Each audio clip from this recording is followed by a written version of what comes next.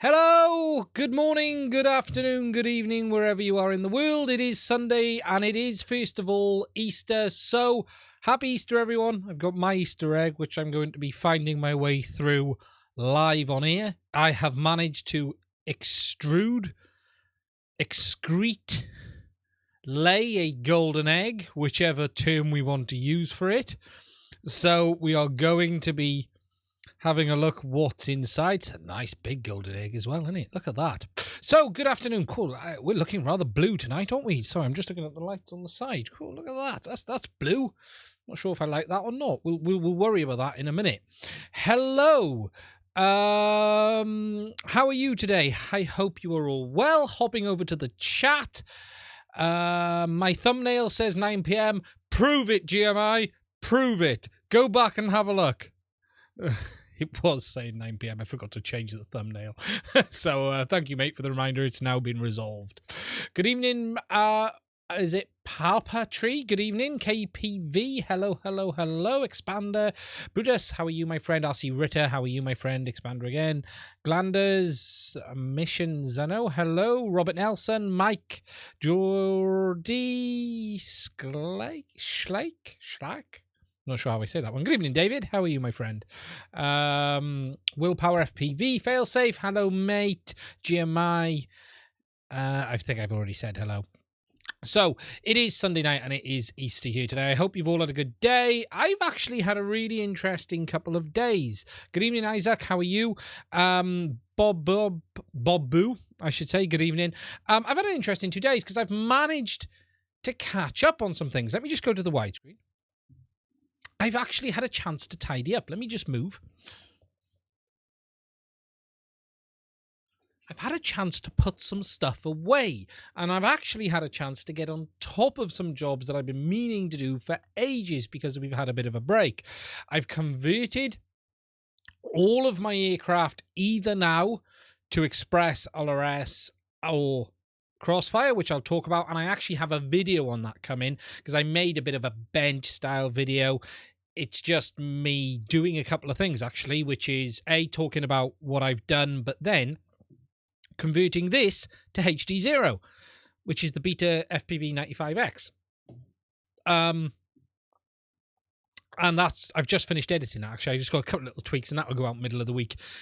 I think it's like 15-20 minutes of a bit of ranting. Only downside is I had a problem with the bench filming that it's super low bitrate. In fact, ridiculously low bitrate, and I didn't realize until after it's done. Recorded in 4K, but the bitrate is so low it looks like DJI FPV.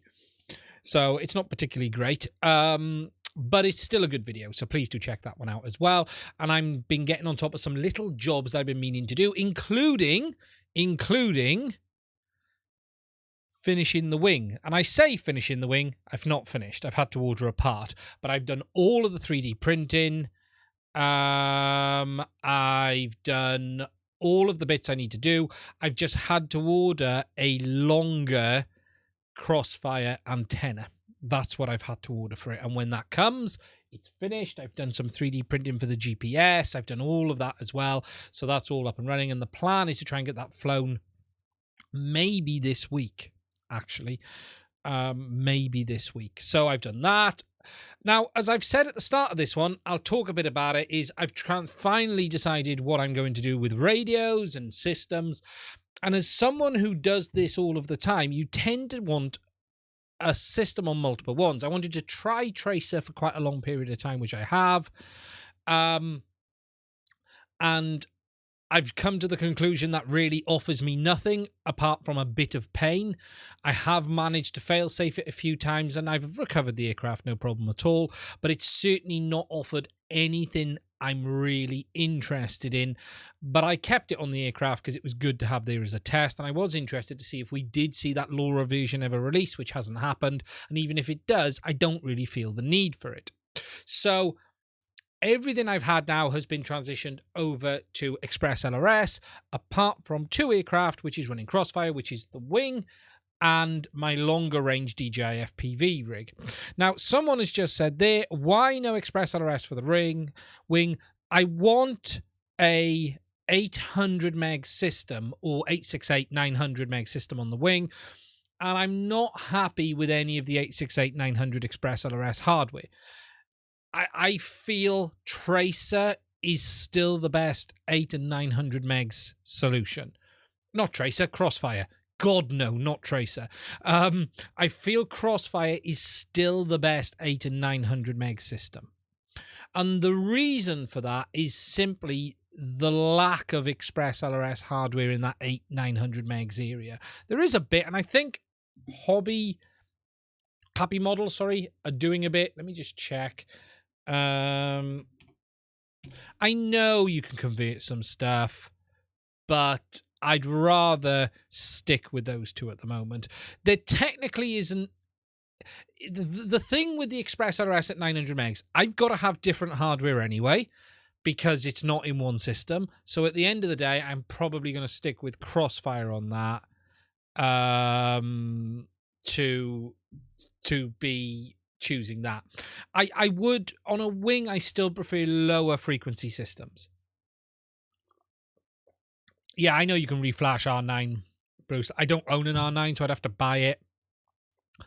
From Tracer, RC Ritter says he feels the same about Tracer. It just offers nothing. I don't see the point of it now, and this is probably going to upset TBS, but I feel it's a pointless system outside of being in the TBS ecosystem. I do feel Crossfire is a very, very good system, and it offers a lot that other systems can't, including Express LRS in some ways, on that 900 megs earlier. I do trust Crossfire quite extensively, but I would prefer a good 900 megs, and that's why I've leaned on Crossfire still. Tracer is just, for me, okay, the reason I went down the route of Tracer is because it was built in the Mambo. I chose the radio and then went with the system with that. And I was very happy with the Mambo, as I am still very happy with the Mambo. However, if you guys saw my video the other day, you will see that Radio Master have finally tempted me away with these damn HDZero 1 mini gimbals, and I am going to try the Zorro. I've chosen not to go with the TX12. I could have gone with the TX12, but if I'm going to change radio, I'm going to go for a smaller one. I'm not going to just swap to something of similar size and shape. The failsafe TBS firmware has been unstable. It has, but I haven't been updating Crossfire. I've had no problems with Crossfire. I've flown Crossfire extensively on my DJI build. That's what's on my my main DJI FPV build now, and it just works. I'm quite happy with it. I am quite happy with it. Feeling the same about Tracer. Just catch up on the chat. Mad, have I decided to buy the new? Have you decided on if I'm going to buy the goggles? Pop Alpha Tree, yes. I bought the Skyzone 04Xs instead, and I'll talk a bit about that tonight because I have a problem with my Skyzone 04Xs, which I can share with you guys a little bit more on now we understand it. And I have been talking to Skyzone, although I'm going to say they have gone silent on me. They've got 2 days to get the links that I've sent them to the videos because the links expire in 2 days. Their timing is interesting because I will be honest, I am making my review of the O4Xs this week because I have a spare week. I'm off on holiday, so I actually have the week to do the review of the O4Xs. So their timing on what their support is like is quite interesting, and it is going to be in the review. And I'll be talking about that as we go on as well. I dropped Tracer for ExpressRS. Tracer failsafe flying around a build with ExpressRS, and I would say, yeah, how am I going to trust Express if I don't use it? I'm using 2.4 gig on everything else. I just want 900 on the wing. Reference Tracer. I bought the Mambo Ethics when it was released with the RX bundle, never updated, bound the receivers and not had an issue. Problem TS is their firmware. I agree, Bosafe. I've not had a problem with Tracer other than it failsafing more than I would like. And interestingly, what I have found is Tracer will failsafe in a heartbeat as soon as that line of sight begins to fall off. When you're on the brink of it dropping, it's gone instantly, where I've not had that with ExpressRS. ExpressRS gives me a bit more time to recover. And to give you an idea on that, I had a situation last week where I went around a corner and I could still see it, and I just was beginning to drop below the hill. And before the aircraft had even lost line of sight, Tracer had fail-safed. And I was already on the throttle to gain a bit of height, but it had entered fail-safe. And the reason I know it is the video held up, and the video was actually HDZero. But Tracer had already fail-safed, which I thought was interesting, where I'd already put the corrective action in, but the failsafe had already kicked in at that point, and it's little things like that, basically. 50 hertz is enough for me. Yeah, and that's the thing. On a wing, I don't need the speed. I don't need it. Same button commander with 3 choices to find. Yeah, and so what I've been doing is hanging back a bit, and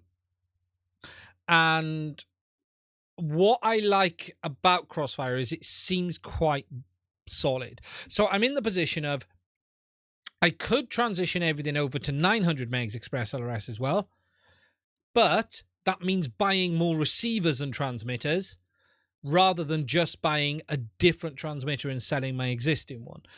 I don't see the benefit in changing from Crossfire to Express LRS 900 or 868, whereas I see a massive benefit in transferring from Tracer 2.4 to Express LRS 2.4. And I have been flying ExpressRS a lot, but I've had mixed systems, whereas now I've transferred over. And I do think that's the point for me. There is just no benefit in the change from Crossfire to Express LRS at the same frequency. I just don't see the benefit, personally.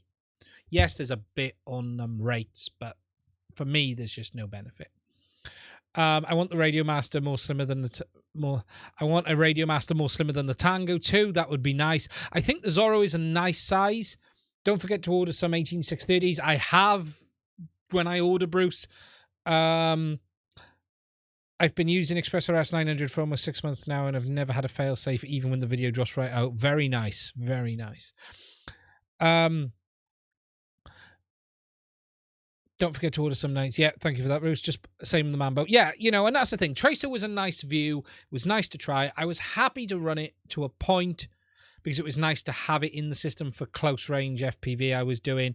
But in the end, I've decided now to move over to Express LRS. And the one real nice thing about Express LRS that I've noticed already, and it's a silly thing, and I know you can do this on Tracer with the model matches, but the reality is I've had something like 8 or 9 models set up on my radio.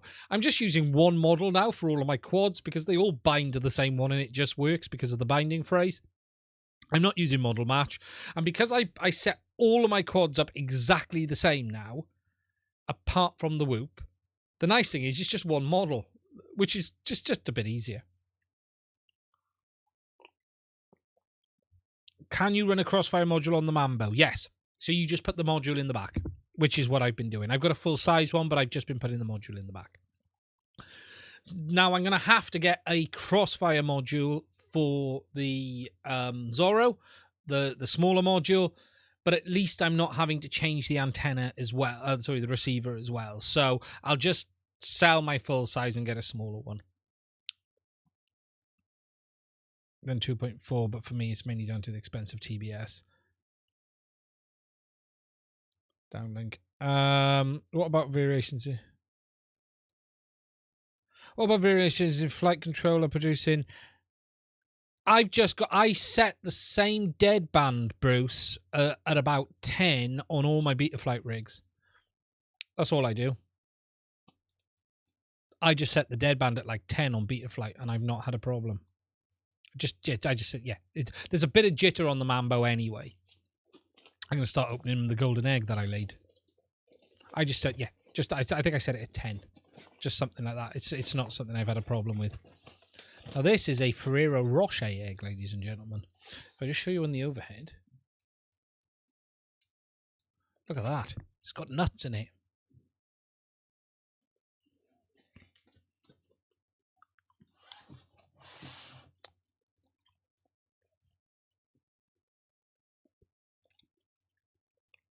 I don't mind it. I don't mind it. I just set it to 10 on Betaflight. I could probably reduce it to 5. It doesn't really need to be that high. We will come on to DJI in a minute, because I got some things to talk about on that.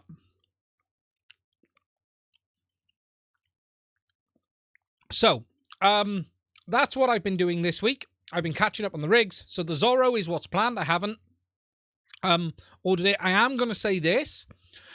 I have emailed Radio Master and said, hey, would you be interested in sending us a Zorro and some AG01s minis?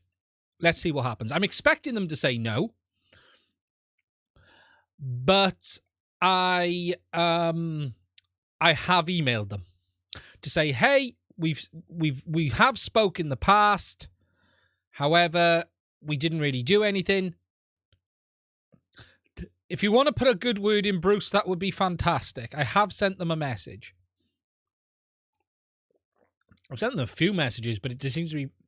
I have messaged them in a few different ways. So, but let's see what happens. If they don't, they don't. I'm just going to buy it. The gimbals aren't available to May. Have you noticed that? It's showing as May on the website. So, thing. Okay. Now, there's probably some stuff we need to talk about on DJI a minute. This week on JB and Blunty's news, they ran with a story which they changed at very last minute, that there was going to be potential shortages of the HDZero, of the DJI ear units.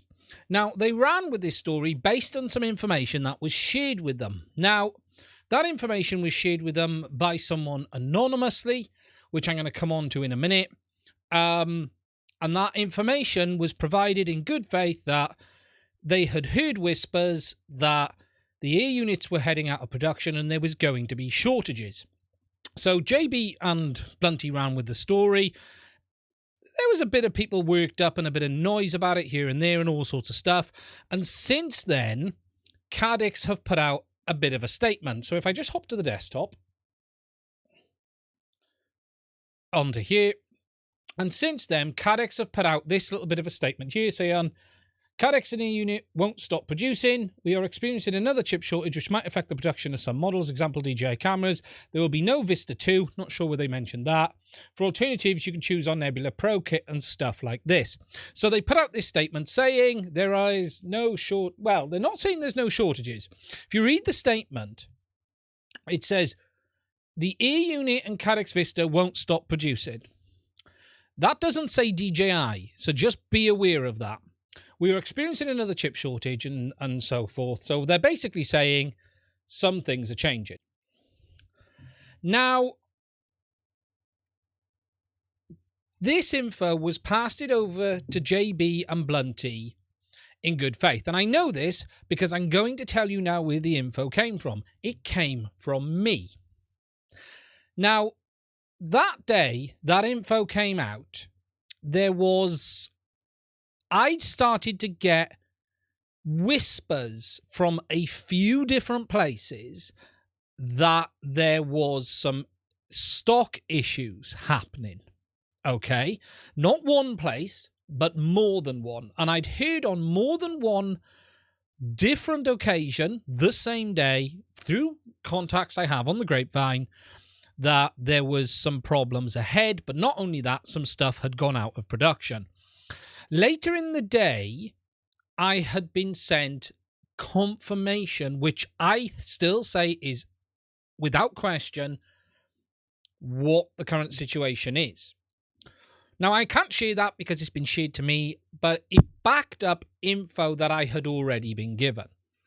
Now, whenever I've run with this in the past, you always get accused of a few things. You'll either get accused of trying to stir up trouble, trying to turn up noise, or doing it for clicks or views and stuff like this. So I was away. I wasn't very well. I decided, you know what? I'm going to do something different, and I'm going to put the info into some people's hands and let them make the choice what they want to do with it. And that's what I did, which was JB and Blunty. And they did a fantastic job with it. They said nothing that wasn't said. They ran with it. That's fine. Now, the info we were given, I still think stands 100% based on the evidence that I've seen. Cadex have put out a statement which sort of contradicts some of it, but doesn't. And what we've got to do is look at everything in context. Whenever you get new info, you get more context. The info that we had originally in its context said one thing. The info with the Cadex statement actually leads a different way. And then in the middle of this, what you've got to take into account is translation between Chinese and English and what they actually mean. So the reality here is this. I have been told the DJI ear unit is out of production with DJI. That's happened. That's done. That isn't to say the Cadex ear unit or the Vista is out of production. The statement that was given to me, which is, in fact, is DJI are no longer providing their ear unit. There is stock in the supply, but once that's gone, it's gone. There was then comments, and I can't share it, but there was then comments that alluded that the Cadex stuff is also in short supply as well.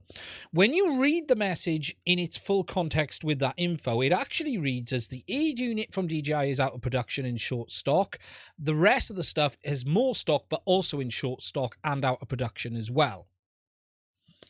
But when you add this Cadex statement on top, it sort of swings it slightly. And the reality is this.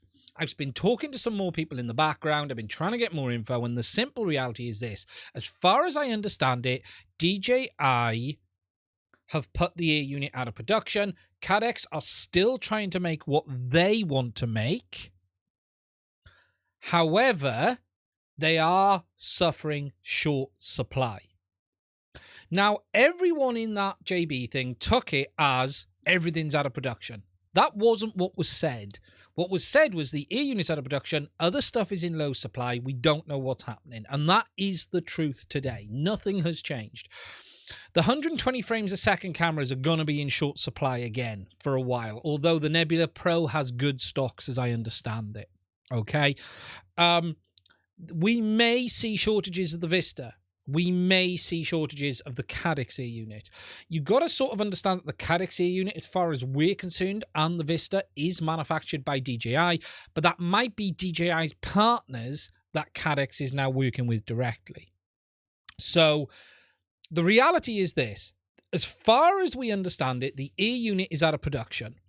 The Vista and its cameras, the Vista itself supply is okay, but its cameras are in short supply, depending on which one it is. The DJI camera is no longer available again. That's gone. You can't get that anymore. The Nebula Pro is in good stocks, but if you do look on Cadex's website, stuff isn't well stocked. Particularly, there is some stuff out, such as the Cadex micro ear unit and camera. That's gone as well. So the message was that the ear unit is out of stock and out of production. The rest of it is in low supply. We're going to have to wait and see what the score is. I know everyone got hyped up and thinking you add that on top of Goggles V3, rumors of a new system, and all of this sort of adds up. But we have a few separate things going on here at the same time, and I will talk about that when we move into the stuff about shortages, because I'll be honest, we are going to face some huge shortages on everything moving forward, because the chip shortage is getting worse, not better, and it is going to hit more parts of FPV than it has before. Runcam, as Bruce says, still have stock as well. So the situation was, no one should be having a go at JB or Blunty for what was said, because they ran with info that I provided them. That info was based on genuine info that was passed to me, that was checked. I just decided not to run with it myself for a few reasons. But what I don't think is fair is when people then start calling Blunty and JB out for causing hype and stuff like that. I didn't ask them to run with it on the news, to be clear. They chose to do that. I basically provided them a little bit of info and just said, guys, just so you're aware, I've heard this from a solid source. And that's how it went. So, here and now, supplies are going to be short. We don't know what the future is of the air unit from Cadex. The future of the DJI air unit appears to be in complete doubt. Cameras are going to be in short supply again. What I would say is this: stock up on what you need now if you want something in the next 3 to 6 months. If you've got no reason to have something for at least 8 or 9 months, I wouldn't worry. But I would stock up if you want something in the next 1 to 3, because supply is limited again. That's just a reality. I wouldn't rush out and buy 10 air units. I wouldn't rush out and buy 20. If you want to secure yourself for the future, buy what you need, but be reasonable. Now, one thing I'm going to address, because CS just said, Cadex said no Vista version 2. Now, this is interesting. No one ever said there was a Vista version 2. No one ever said there was that happening. So what Cadex have said is a bit weird. There are hints of a new FPV system. Cadex may have no involvement in that. All they've said is Vista version 2. So just read into that as you will. You've got to be careful with how they spin words. Look, Cadex is a company that I've not had great experience with when I've dealt with, but I've not had terrible. I have had a few messages back and forth with a guy there this week. He's fantastic. Never had a problem with him. Just to try and clarify the situation. And what is clear is they are suffering from the chip shortage massively again right now, and everyone is. As for the version 2 goggles, right now they're still in production. I don't think DJI is going to bin the FPV system completely, but do not be surprised if there is a new system that they wind this one down very, very quickly. So the overall advice is buy what you need to keep yourself going. There still will be stock. Even if they ended it tomorrow, there'll still be stock around for a bit anyway. It's not going to completely vanish. You can get yourself going. Any current system is going to continue to work. There are rumors of a version 3 not being compatible with a version 2. There is no evidence that is the case. There is no official evidence that is the case. I will be clear on that. There are things I know which I can't share because it would do damage in the future to what we may want to do from a backdoor point of view into systems. And I've been asked not to share it. And from that info, there is no evidence of non-compatibility. Where that non-compatibility come from, I can't remember, but there is no factual-based evidence that is the case. We don't even believe there is one of these systems in the real world right now. You will be shocked how much some people know about what might be coming. That's all I'm going to say. Simply through some of the amazing work people are doing in the background. They know who they are. We've had conversations this week. And I'm going to be talking about that in the future because it's important that we support these people when any new products drop. And I will be talking about that and what I will be doing with that when that happens and what I'm going to be asking from you guys as well. But the reality is, what we know has no bearing on compatibility. Yes, DJI usually don't have compatibility, but do take this into account. There is no evidence any future product is not using the same chipset as today. In the past, when there are changes that are not compatible, it is usually because they've changed chipset. Nothing tells us they have moved away from the P1S1 combo, and everything hints that that remains still today to be their current chipset. So that means there's a path. Doesn't mean it'll happen, but that means there's a path, basically. So that is the current situation with it. So with regards to DJI, there was a lot of hype. There was a lot of noise. You could probably blame me for that. Shout, scream, throw stones. I've had people calling me all sorts of names this week. I've had some arguments on RC groups, Facebook, all over the place.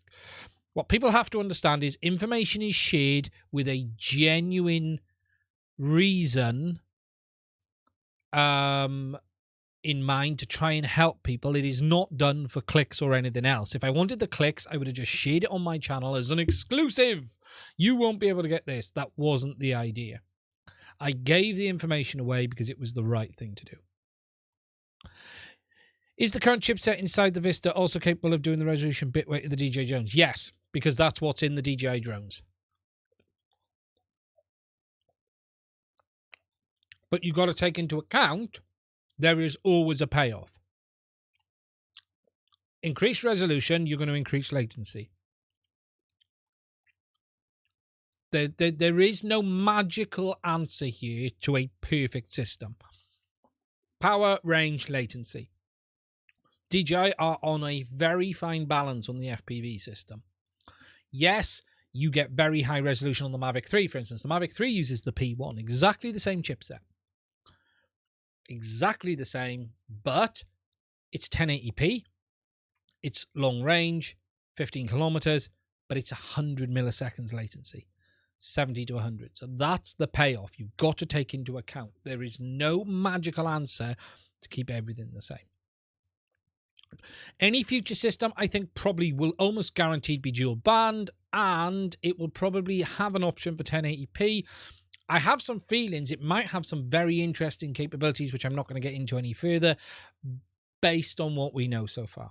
But that's even if it happens. I don't even think this has left DJI's lab right now. What I think is a certain, which we will see first, is an FPV Mini, which is a drone. That's probably going to happen. 240. So that's the situation with DJI. That is the situation with DJI. Now, that leads us nicely over to HDZero, actually. And I've seen a comment on HDZero, so I'm going to get there now. Now, there's two things I want to talk about on HDZero. Number one, the VRX pricing, because there's been a bit of hoo-ha this week. I have no interest in going into that. All I'm going to say is there has been some complaints from dealers with regards to margins on the HDZero system. You have the manufacturer wanting to keep margins low to allow users to get involved, and you've got retailers who obviously want to make money. There has been all sorts of posted, there's been all sorts said. What has happened is Carl has now put a statement up, so that original $199 price is not going to happen, most likely, okay? Let me hop onto the desktop. Now, Carl has put a statement up which basically says he'd set the price based on the build of materials and things like that, and he announced it at $199 without consulting resellers' opinion, and he said it was a mistake, and there has been some kickback from retailers with some public postings from them, I'll be honest. So they're in discussions to sort it out and increase the price to give the retailers what margin they need. So that $199 price tag is probably not going to happen. If you've got one at that from a retailer, you're going to do well, but it is probably going to be going up around $230, $240. I don't know what the calculation is going to work out exactly. They haven't said, but it's probably going to be around that. Now, I don't think this is a problem. Personally, I don't see this as any issue. The price is what it is. My point on this is, and there are people that don't agree, Digital FPV is a premium product, just like 4K television is a premium product. You don't have to have it. If you think it's too expensive, then don't buy in and stay with analog. I've seen people complaining, going, oh, I can't afford that on a VRX. You don't have to have HD FPV to be good at FPV or fly FPV. It is an advantage in the sense of it looks very, very nice. I flew my analog versus digital last week, and it is a stark difference between analog and digital, no matter the system. There is no question digital looks so much better, even with the best analog camera that is available, which is the T-Rex, which I'm using. But you are not required to have it. So, pricing is simply, do you want, can you afford? If so, yes. If so, no. Don't go for it. It's that simple. I still don't think at $240 it's particularly bad. People say, oh, but you've got to buy high-end FPV goggles and the module, and that's more than DJI. But that's the price of going high-end. If you already own high-end HD goggles, then you're not spending that. It's that simple. If you are spending that on the high-end goggles, then you have to understand you're buying into a premium system. And as such, that comes at a cost. So that's it. End of, in my eyes. You know, it is what it could cost $300. It doesn't matter. You want HD, then you pay the price it pays. And that's the thing. You know, DJI is a good deal in some ways because you're getting goggles and a system in one. HDZero will have that when they have their integrated goggles, but today you've got to buy goggles and you've got to buy module, and if you don't have the goggles that have HDMI input with high-res screens, then you're going to have to spend more money. That's the simple. Makes DJI system, but DJI is still expensive. It's still a lot of money. You know, you can, if you price out SkyZone's $450, $650 with the module, say $700 plus a VTX, there's not a lot in it. It's still not a massive amount. But yes, there is going to be a price increase. For slightly better than analog solution, isn't that appealing? No, but then again, 4K is only slightly better than Ultra HD. That's always the case. I remember I was working in the TV industry when we had the move from PAL to digital HD, which was 720p back then, and it was marginal. It wasn't, oh my god, in the early days. It was very marginal. How do we know what analog goggles are upgradable to HDZero? Any goggle that has HDMI input can use HDZero. So if they have HDMI input, they can use HDZero. There's no full package availability yet. We're going to start in Norway, same cost as a complete DJI system with goggles, drone, and remote. It's much better. It shouldn't cost the same. A complete system in Norway now costs the same. But remember, it's not apples for apples. If you were to buy SkyZone 04X's HDZero VRX compared to DJI goggles, you're getting an analog and a digital goggle there. You're not getting just a digital goggle. If you want a digital goggle, go and buy the Scout HDs. And that's much cheaper. So it's not apples for apples because DJI isn't an analog goggle, and it's not a good analog goggle even when you put a module on it. No word on Orca HD. We have no news. No news at all. I own the new Orcas, and I want your advice on if I should order HDZero module or wait for the Orca Digital. I can't say wait on Orca because we don't know. We don't know how far along Orca is. If we look at Orca, what Orca showed us is some things in a box. Those things could have been empty things. They were just things in a box. HDZero is a product you can buy today, is shipping. That's a reality. So it's hard to say wait for Orca. What I would say is, do you need digital today? If you're not happy with analog, then buy the digital system that best suits your needs, which might be for you, HDZero, because you've got a nice set of analog goggles. What we don't know is how long Orca are going to take to deliver to market. I don't see Orca even being ready this year. I'll be honest. I could be wrong on that. But I can't see it being ready this year. There's a lot of interesting comments on that. I actually, the more I've flown HDZero, the more I like it. I even prefer it in many ways than DJI. I'm happy with it. Once you get used to the way it breaks up, it's fine. It doesn't have the overall image quality of DJI, but it's still decent. It's still very good. With the 1 watt VTX, it performs much, much better. Much, much better. What's up with Tracer? It's pointless.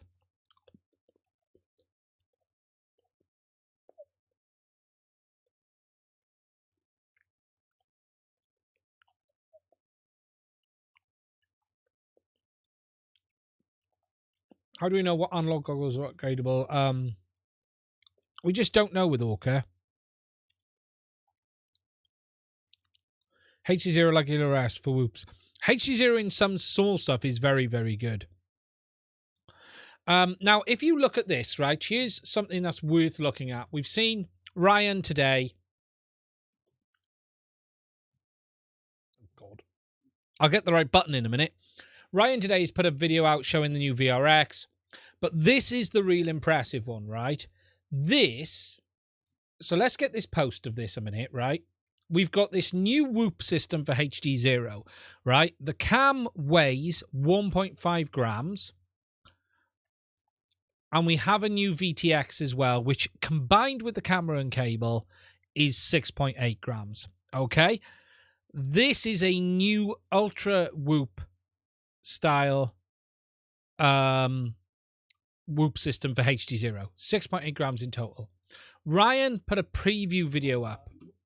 Let me just get past the adverts.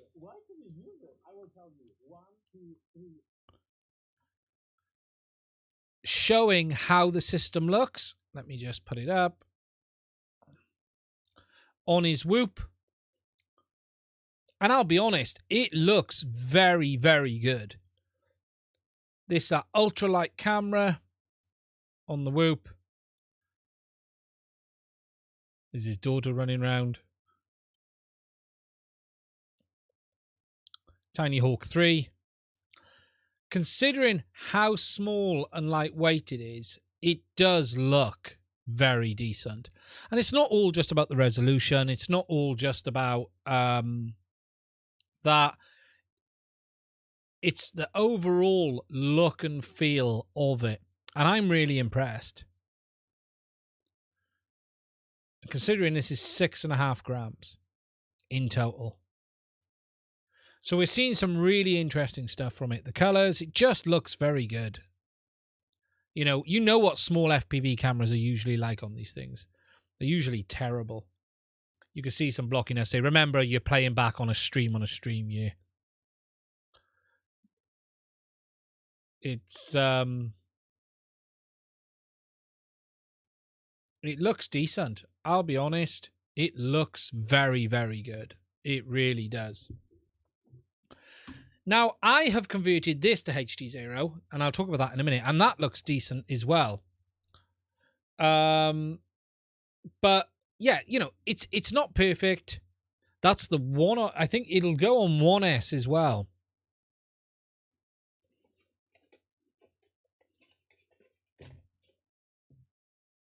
That looks enjoyable for the yard. It does. It does look good, doesn't it?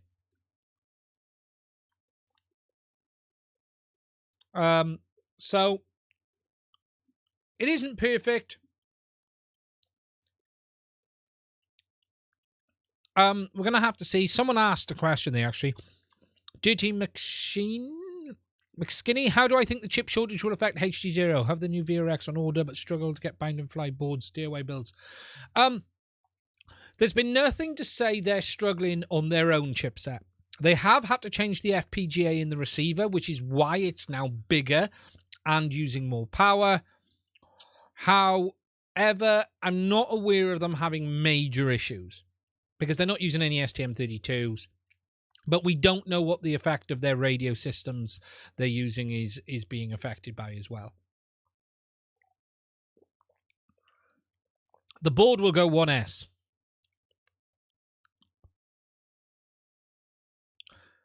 I'll buy HDZero. Brutus, a golden. It's at the Whoop side of things, it's getting really, really good. Now, just to give you guys an idea, right? I've just converted this to HDZero. Let me just show you on the overhead. Now, the video on this is coming tomorrow, but I've just converted this to HDZero from DJI. I've shoehorned in the Whoop VTX, but not the small one. This is the current one, the standard size one. So I've shoehorned that in the back. Ignore the Vista antenna because I've not got a spare one. And then I've added Express LRS into this as well. And we've got the original HDZero camera, but with the glass upgraded lens. Now, this looks really good in here, actually. I've not flown it outside yet, but it looks very, very decent. Weight-wise, it has saved 12.5 grams over the DJI equivalent. And it's only 4 grams more than the analog. So it is saving. Okay, complete beginner, DJI wins. Okay, from scratch, out the box, DJI is by far the best turnkey solution. HDZero is much less of a faff than it's ever been. And I'll be honest, I think it's very, very simple. But it is impossible to say that DJI do not have the out-the-box experience bit tied up, because that's what they have for all of their products. So DJI is still best out the box. But it is good. You know, it's nice to see it. I think it's revolutionary, as someone has said, for... I have zero confidence when flying HDZero because random issues. Seriously, how can they sell boards that break when you look at them? I've never had one fail. Genuinely, I have not had a single HDZero board fail on me. I've crashed them. I've smashed them. Most of them are buried in frames. But I've not had one die on me. But I am very, very vigorous on how I set my HDZero stuff up and DJI. I run them all on spike protectors or spike absorbers. I always run them on spike absorbers, just and a decent capacitor to make sure that there's no chance of there being problems. But yeah, this is cool. This is very cool. I will be tempted on one of these new HDZero Whoops, if I'm honest. I will be tempted. No, I'm not. Oh, yeah, but that's the same for DJI. Here's the genuine truth. I've been more DJI than HDZero, but that's just on the bench. Yeah, look, digital is going to be somewhat more brittle, period, because you are using things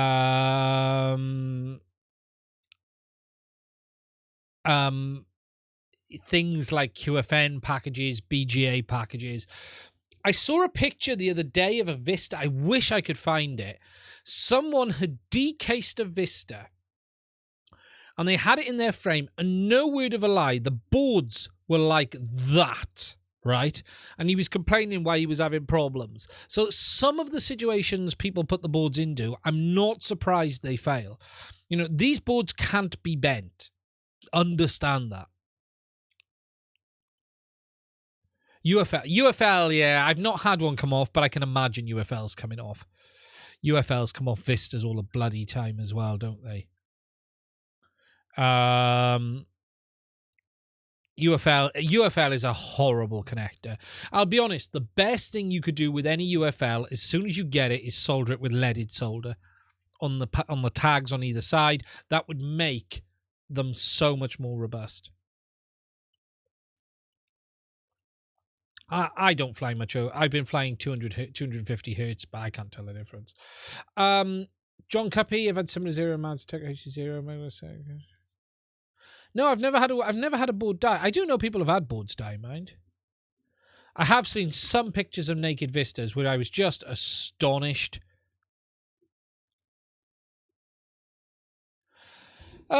Yeah, JB talked about... Okay, have you guys seen this? Am I going to go here now, am I, quickly? Right, this bloody grounding thing. Has anyone seen this post? Do I need to find it? Where is it? Let me just find it. JB brought this up as well. I'll give you my hot take on it. Let me see if I can find it. Let me just find. It'll be on Road to Riot, I would have thought. I'll put it up then. Honestly, it is. What's nonsense isn't the post, as JB has said, is the hype and concern that has been made by this. It's a non-issue for 99% of people. It really is. I tell you what I have seen. It is on the HDZero group. Someone posted it on the HDZero group as well, where I had a rant about it on there. Let me see if I can find it. Here we go. Okay. So, the post is by Race Day Quads, and it goes on to say, a major drawback of the Cadex Vista system is the body of unit is grounded. Okay, yes, and a piece of electronics being grounded. Yes, not particularly unusual. In an ideal world, this is not a necessary problem. However, in the real world, it's an accident waiting to happen. Why is it an accident waiting to happen? The posts on most flight controllers are grounded as well. Alongside the required M2 mounting hardware, the Vista Impulse also includes a D-cut-mire insulator, custom machined cone rivets. So they're saying they include all this crap. Now, what they're saying is that it's a major drawback of the Vista because it's grounded. Right. Let's have a look at this, shall we?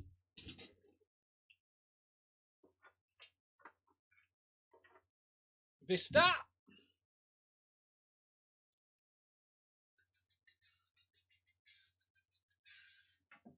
We want a multimeter. And I'm looking for something else.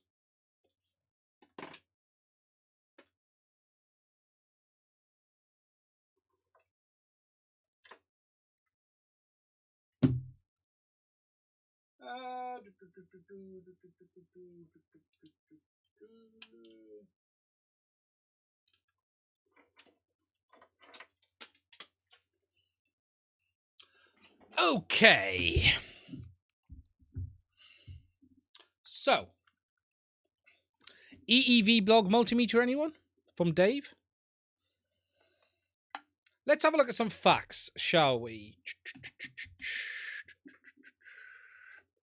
Right, we should get a beep. Not in the right mode.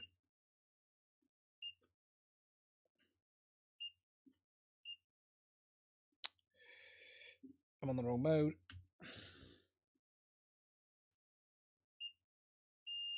There. Okay. We're going to want the overhead for this.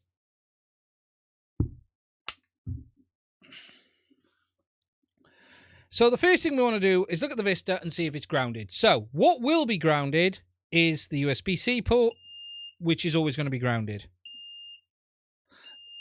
Yes, it's grounded all over. Okay, not particularly unusual. If we have a look at it compared to the negative terminal, which is this one here.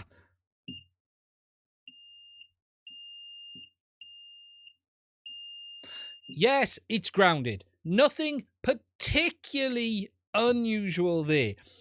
Let's take a look at something else, shall we? Right. We have here a flight controller. Right. So this flight controller stacks is not... I can't remember the term they use. Can you remember, Bruce? But the ESC is. Okay? So the ESC has... So the ESC has copper, but that is insulated. It's definitely negative. Yeah. So the ESC is insulated on that one, okay? So that's fine. Let's check something else, shall we? Let's check out this brand new. Let's check out a biggie.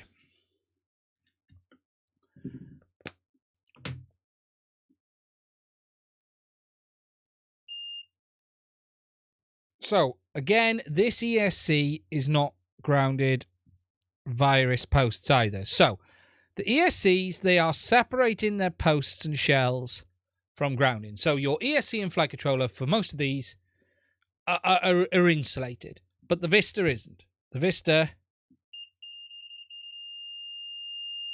it's there. Let me just grab one other thing.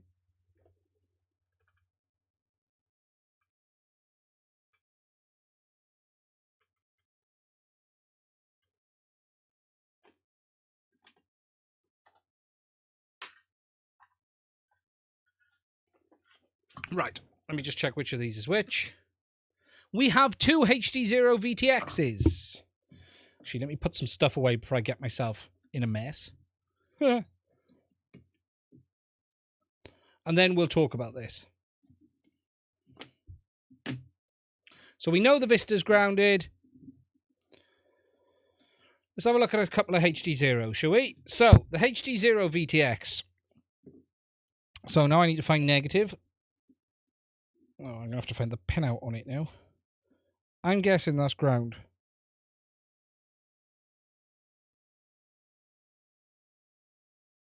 Oh, that's interesting. None of them. Oh, no, sorry.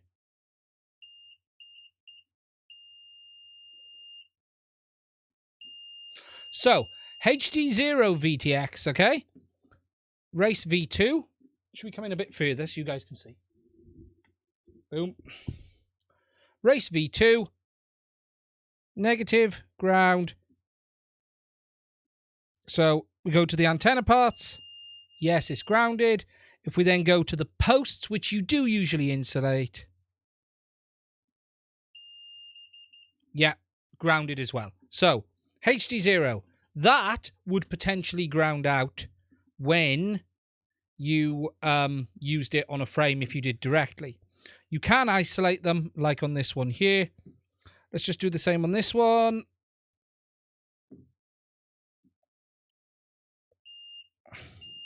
Saturation is exactly the same. So it is no different on HDZero than it is on DJI. There is a ground path from the posts to the frame if you did it with bolts. Now, this document says there is a big downside. The very simple reality here is if you were to mount the Vista directly to the frame, you're going to ground the frame. That isn't a bad thing, as long as there's no live wire touching the frame. There should never at any point be a live wire touching the frame. If there is, it's a fault. Now, there is an argument to be said that if in the event there was a fault and the frame had touched live, if it wasn't earthed, it's not going to go on fire. But the frame is still live. That doesn't mean it's good.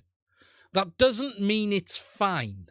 There is no more risk to the frame being grounded than there is to the frame not being grounded. The risk of an issue is just as high either way.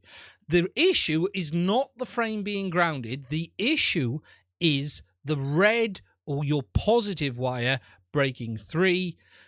It is as likely to touch the frame as it is anything else. Now, I know people say when the red wire breaks and rubs against the frame, but what if it breaks and touches the negative? There is as much of a fault here as ever. So it is frankly nonsense to say the Vista isn't as good because it's earthed. The real only problem here is that in the event of a failure, you're going to short against the frame instead of shorting against anything else. The problem is the broken wire, not the frame being earthed. And there is an argument to be said, it is much better to actually short against the frame and know there's an issue than have a live and not know about it. Now, Bruce has just mentioned something I mentioned earlier. Everyone quick, install a 100 amp fuse. There is a good argument to be said. We should have 200 amp fuses on these things. They're built in. You know, it is really, what's frustrated me about it is everyone's going, oh my God, I've mounted my Vista. Don't do anything. There is a completely separate argument to be had of the effect of a frame being grounded on RF performance. That is something completely different and a different argument to be had altogether. Because there will be an effect of the frame being grounded on the RF performance of the antenna depending on where it is, because you're adding a ground plane. But is that better or worse? It's hard to know. And as Bruce said earlier, I think, was it Bruce? Many of my analog systems SMA mounted on the carbon frame. Exactly. And you'd actually get a benefit, wouldn't you, Bruce? It doesn't matter. It's like saying, oh my God, I chopped my arm off because I used the wrong chainsaw. The problem wasn't using the wrong chainsaw. The problem was putting it near your arm. And that's the thing. That's the reality. It makes no difference. Now, here's something interesting. Let me just have a look. I don't know if that would be grounded. Think of the frame as a chassis, a piece of equipment, grounding it for shielding. Yeah, exactly. Now, there is a whole host of scenarios here where this could be a problem. But the reality is, if there's a problem, it's a problem. And the frame being grounded is just not it. Basically, the problem is your wires come loose. Because here's another argument. Someone posted this one. This one made me laugh. But what if the red wire rubs through and touches the frame? What if the red and the black wire rub through and touch the frame? You know, it's all what ifs. But what if? But what if? And I'll be honest, I'm disappointed in Race Day Quads posting such complete and utter nonsense in the manner that they have.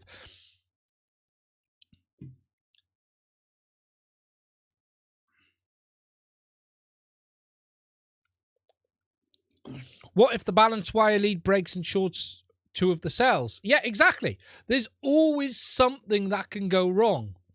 There are so many what ifs in drones. Then you have positive ground. You know, it's the what if I fly the quad directly into people I hate? Yeah, it's the, you know, I am shocked that they're just posting it like that. Grounded frame is probably not the best. I think it's in the Apex Dead Cat listing. Yeah, it might be. It's just like, really, come on. We've got better things to be concerned about than the flame being grounded. And if it's an issue, mount it in if you're concerned about it, mount it in TPU. But you got as many issues. Okay. There are arguments to be had. So what is the effect of a grounded frame with an Express LRS receiver inside? Because you're somewhat creating a Faraday cage. Yes, there are RF implications to a frame being grounded. But what those implications are, I'm not exactly sure. And we need a lot more modeling on evidence to know it. You know, here's a really interesting one. There is long-standing evidence that using carbon fiber props will affect the RF performance of your drone. This has been proven time and time again. There was a post on the HDZero forum recently of a gentleman having really bad performance on his new 1 watt. And it turns out it was a result of his carbon fiber props. Now, I never thought to ask. I've known about this for years, especially on small drones, because it's been well seen on DJI models. People swapping out their Mavic Pros, their Mavic Minis from DJI's plastic props to carbon fiber ones, and they get horrible performance from the RF. And it is simply as a result of there being 4 spinning carbon fiber props so close to the antennas on the aircraft. Now, we don't fully understand what the cause of that is, and it's something I want to try and make a video on, actually, with the spectrum analyzer. Bruce, it's one I'd love to talk to you about, because I'd love your thoughts on it, having the years of experience you've got. There is question marks. Are spinning carbon fiber creating RF? I don't know. There is an effect, though, without doubt. It's unquestionable the effect is there, but we don't fully understand it. Now, it doesn't really affect larger aircraft because the props are out, but it tends to be smaller FPV and smaller drones. Massive RF level fluctuations are introduced in an AM modulation to the waveform. What I'm thinking of doing, Bruce, and I don't know what your thoughts on this is, is setting up a transmitter behind a prop spinning vertically and changing it for plastic and carbon and looking at it on the spectrum analyzer through the prop and seeing what the performance looks like and see if I can see anything.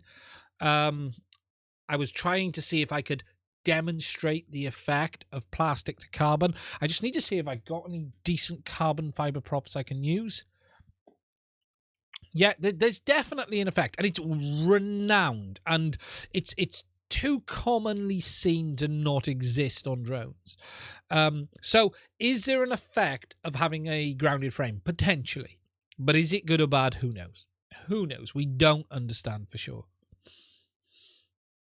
Helicopters create static charge sometimes. Yeah, I can imagine. That's the movement of air, though, isn't it? Yeah, maybe it was reflections. Yeah. It'll be interesting to see. It will be very, very interesting to see. I was looking to see if I had any carbon fiber props I could test it on. I just need to have a look in my prop box. What I've been sent, because I've been sent all sorts of stuff over the years. Ho, ho, ho. Hello.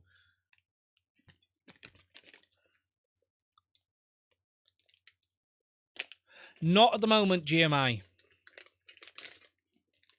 They're carbons. Look at them. Oh, I say look at them. You can't see.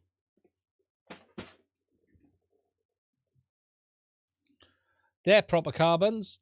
I've got plastic. These are phantom props, so I can use these. What's the resistance like on these, do we think?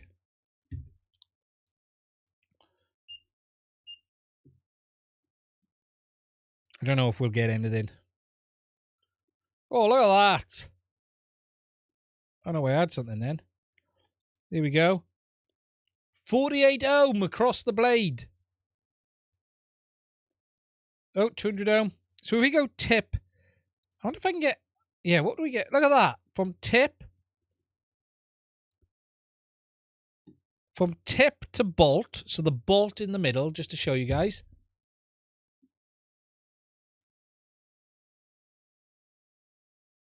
$70 ohm. I was getting 40. I think if I get in a bit, we might be able to get 40.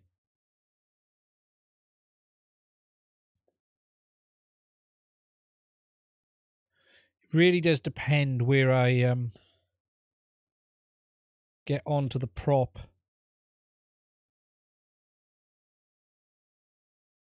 150 ohm. Hook up a lipo and watch it smoke. So look, you can see a few years ago, I can imagine, Bruce. Video went away after about 30 meters. Yeah, it will have a dramatic effect. So I've got some carbons. So we have the props to test it with. And I've got some plastics of these as well. So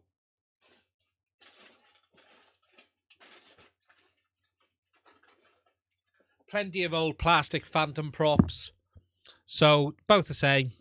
So I just need to set up a 2212 motor. And what I'll probably do is try and demonstrate that this week. Actually, I'm going to have a play with that. The raw carbon, yeah, isn't it, Bruce? It's like micro ohm, isn't it? Raw carbon's like can be as low as 3 micro ohm conductive. I believe it goes down very, very low. It's like dead short territory. So I'm eating my Easter egg.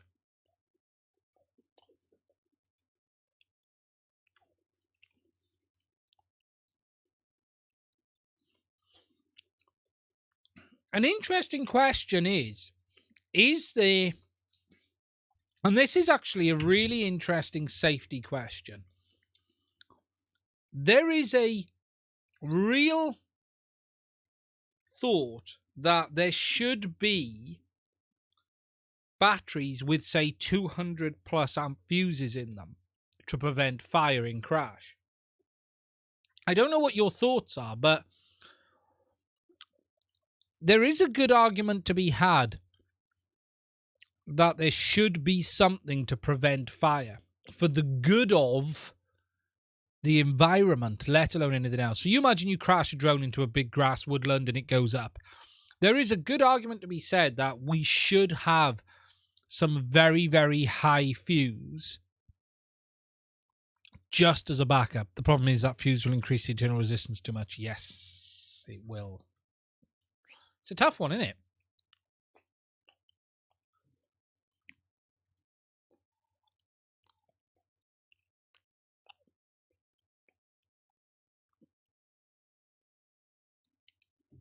It is a hard one. A really hard one. Yeah, you are right, Bruce. Yeah, 100%. All of mine have been that as well. Usually the physical assault from me. But yeah, it is interesting. So it's just a frustrating statement that no one needs to worry about. Okay, guys, as we're midway through, I'm going to say if you've got any questions, please do put them in the chat. As there's 127 of you watching, I'd like to say, if you're new here, please do consider hitting the subscribe button. We've had 47 likes, so I would ask you all to please do give us a like if you haven't hit the button already. We do welcome super chats if you would like to donate, or if you'd like to ask a question specifically, or if you'd just like to support the channel to allow us to keep making content. Please do consider the super chat option. There are also links to Patreon in the description. Expanded 200 fees wouldn't stop an ESC burning. No, you are right. Have I played with the kids for installed the FedTech Alpha firmware in the new Beheli pass-through and loving it? No. It's waiting to go in a frame. I've been playing with it all on the bench, but I have been held up on the KISS. Why am I sitting here 10 a.m. on a Monday morning watching this shit, he said. I've hit the like button 4 times already. Thank you, mate. It should be still on then, if that's the case. If the battery crack, no need to fuse.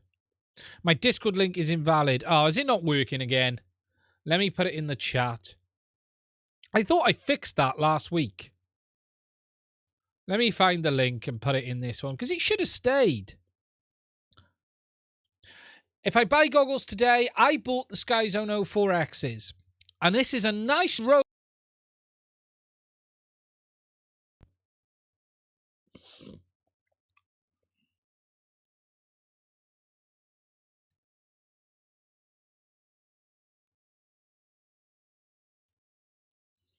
I'll put it in here. Is the Discord link not working again then? Is it?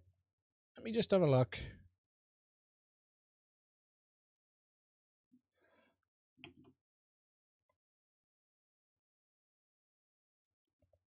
Okay, I've changed that.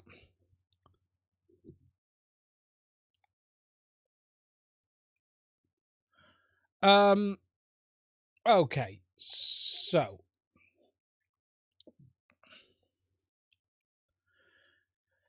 you have a spike protector on all your units. Is this an additional capacitor or solder? Right, no. So a spike absorber is a device by FetTech which consists of TBS diodes. So this is 3 little TBS diodes on a PCB. I add that generally with 1,000 microfarads capacitor. And I do that on all my digital builds. So this goes directly onto the LiPo terminals on the aircraft. And in my opinion, they are very, very good. It's a small device. I should have one here. I've used a lot up, actually.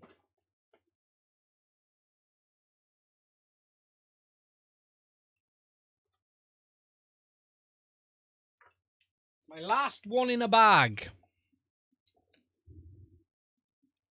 So it's here. It's this little PCB. I don't want to open this because I'll lose it if I open it, right? It's on FetTech's website. Let's get on FetTech and show you.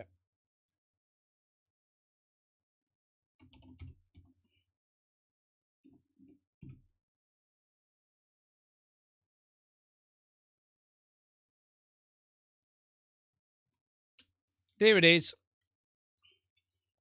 Little device. Highly recommended. £5. I bought like 5 of them last time, 5 or 6. And I just use them all of the time. Okay, so goggles. Now, today, there are only a few choices of high-end digital FPV goggle. You have the Skyzone 04Xs, you have the Orca FPV1 pilots, and you have the HDO2s. Now, I'm firmly of the opinion that HDO2s are no longer a viable option for many reasons. They don't have good compatibility with HDZero fully, and they are an aging product. They don't have the ability to update the firmware, or they've never been done, and they don't offer the same features that you get in the other products. So for me, I recommend one of two: Skyzone 04X's FPV1 pilots. I reviewed the FPV1 pilots on this channel, and I loved those goggles. I really, really liked them. I think I would probably have been happy to own them, and there were some features I loved, but I went with the Skyzone 04X's, which the box is over there. They're in the back of the car, but I went with these, the Skyzone 04X's. Now, the reason I went with the 04X's was a couple of reasons, actually. Number one, the price, because they are cheaper than the Orcas. They include an analog module as well, and I just felt they were the better choice for me. Now, I have to say, I'm going to be reviewing these this week, and they are some of the best goggles I have used, period. But mine do have a problem, and that problem is on the analog side of things, and that is the module. Now, we did talk about this last week where I showed that there's a shaking on the analog image with the built-in Skyzone module. If I just find it, because I can show you guys some footage, okay? Because I've been doing a lot more tests this week, and I now have some clear footage that I can show you guys that demonstrates the issue. If I just go on to here a minute, 1 second.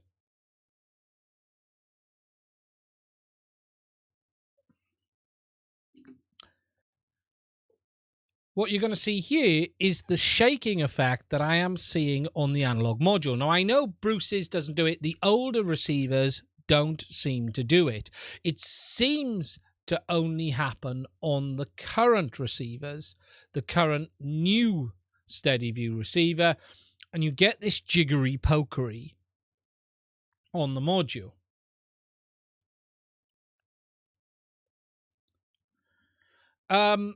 Now, I've been doing a huge amount of testing on this week. I need to hop off this because I just want to download some files. And I just want to show you guys something else. Go into there. Let me just find what I sent.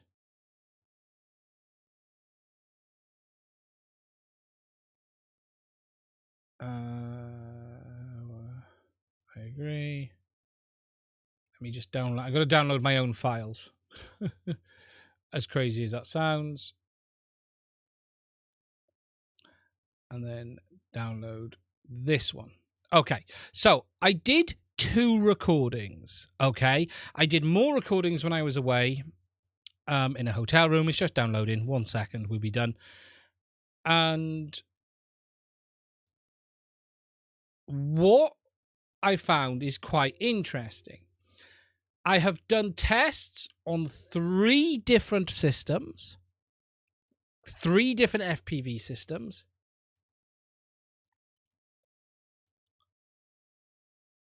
There we go. Right, let me just get off that, get off that, get off that. Okay, I can bring this back up. So, 3 completely separate systems with 3 different cameras, 3 different VTXs. So this is the first one, which you guys can see it there. Although what's interesting is it doesn't look like the OSD is moving. But I'll talk about that in a minute because I've seen something else very, very interesting. But it is shaking up and down. I then did a test on a completely different VTX. And you can see it. That flicker you're seeing is the movement. If you slow it down, it is actually moving. It is very apparent. Video, if I find playback speed slower, it is very noticeable. moving up and down, playback, speed, slower. It is there. You can see it. But again, the OSD doesn't look like it's moving. And then we've got the third camera, which again shows it there. So 3 completely different cameras, different VTXs, okay? So it's clearly on the goggle side. But here's where it's really interesting, right?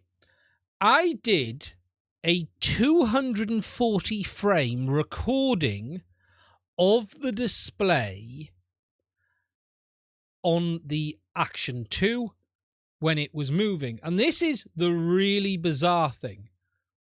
Now look what's moving.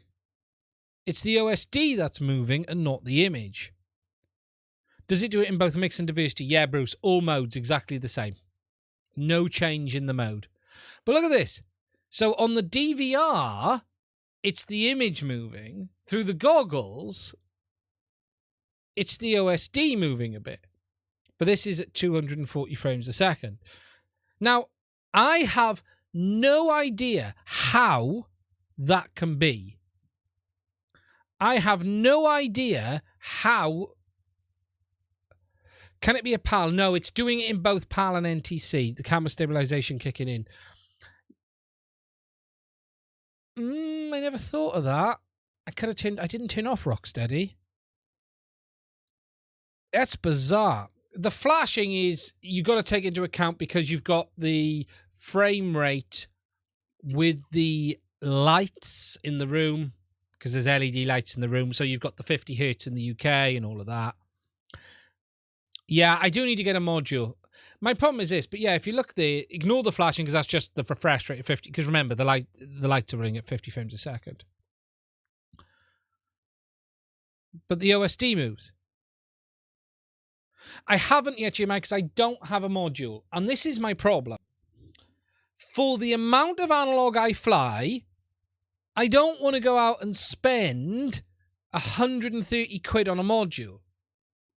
Do I notice it while flying? Yes. I can see it. And the problem is, yeah, the hertz. That's right. Yeah, it's the, the mains frequency of the lighting in the room. Now, I can see it. When I sat there and it's on the beach, you can see, it's like, the easiest way to explain it on the image, it's like a shimmering on the image. The image has like a shimmer to it. It's really hard to describe. Is it unflyable? No. Is it distracting? A little. It's also almost vanishable if you change the frame rate of the video after you've recorded it.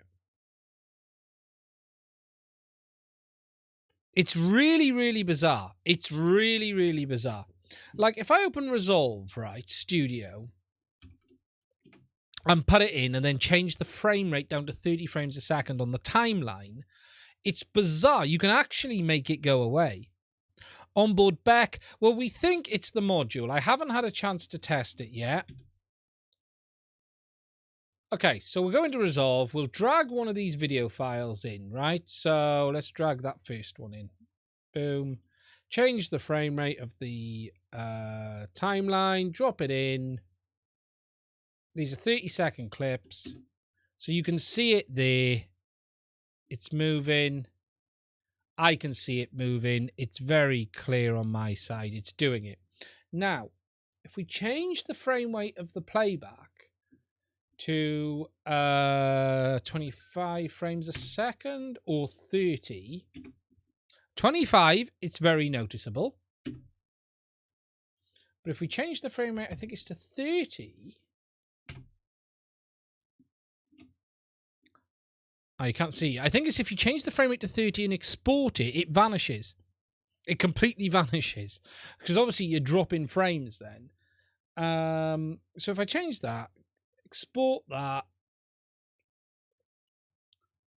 I don't want 50 frames a second. I changed it from 50. I want 30. Give me 30 frames a second, please. Resolution. Why is that not playing ball? Come on, Resolve. Be nice to me. Okay, let's change that to 50 back because I'm in PAL. So we're in 50. Go to the export window. It's not letting me do it. What I did notice is if I change it down to 30 frames a second, it vanishes.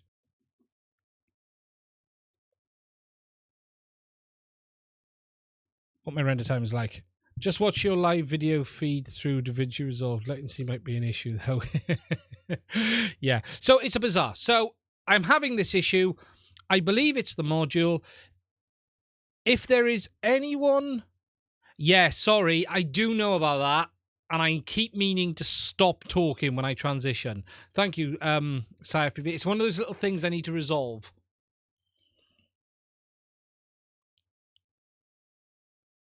Yeah, if you change the play... Yeah, I can't remember what it's not playing ball now. But when I did it the other day, it vanishes. So, if there's anyone who can lend me a module, I would be very grateful.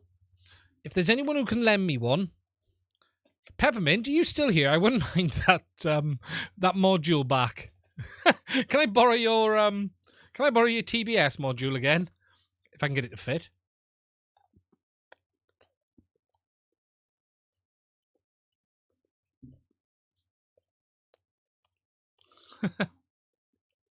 Yes, Bruce, that's not going to be...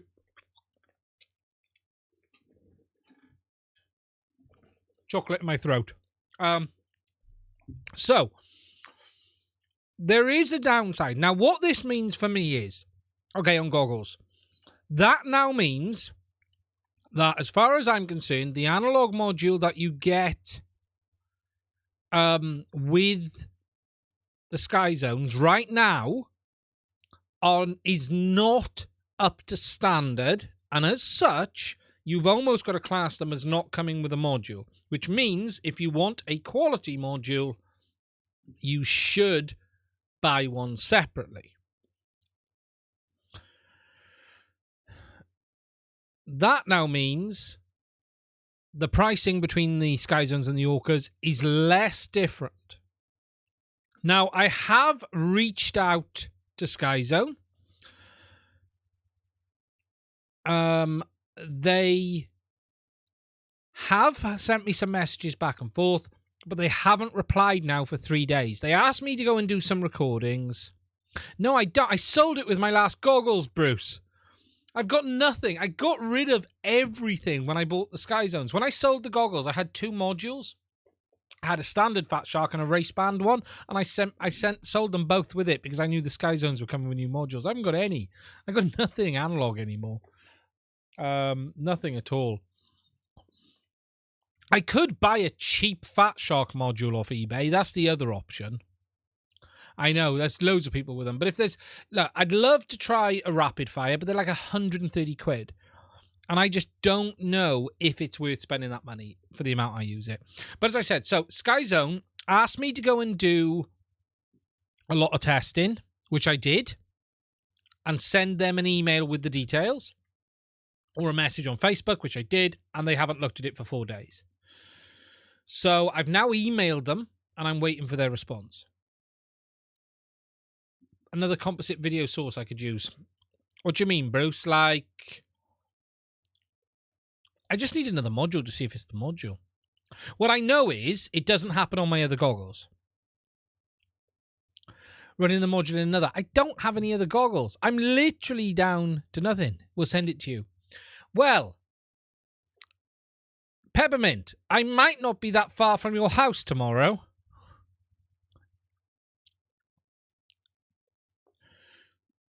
He's still there. In Seattle. Yeah, my problem is I don't really want to spend 130 quid via AV input. I could do, what do you mean, just to see if it's the displays. I don't see any movement on HDMI on HDZero. It's absolutely fine. It's absolutely fine. The only thing I am thinking, Bruce, would you get analog out the module? What do you get out of these modules? What format is it? Do you know off the top of your head? I can't remember what format it is, and I'm just wondering whether to pin the module out onto another device, just on a display, and see if I can still see it. If you know what I mean. That would be an idea. That might do it. That might do it. I think it's just composite video. It might be. If it's composite video, I can just pop it into anything and just see if it's still there, innit? I just don't know what the module does without the control from the goggles. That's the only thing. It's a mild frustration, but it does change the purchasing choice is when you're looking at purchasing, you know, when you're looking at what you want to go with. Because, look, there was some real good deals to be had with the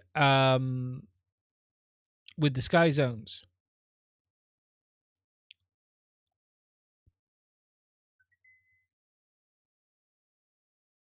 We think it is the modules. AV out. I can't remember. Good evening, Type. How are you? I see what you mean, Bruce. Just see if it's still there on the AV out as well. Yeah, that's an interesting point. It's got to be the goggles or the module. Everyone seems to tell me it's the module. Everyone seems to tell me it's the module.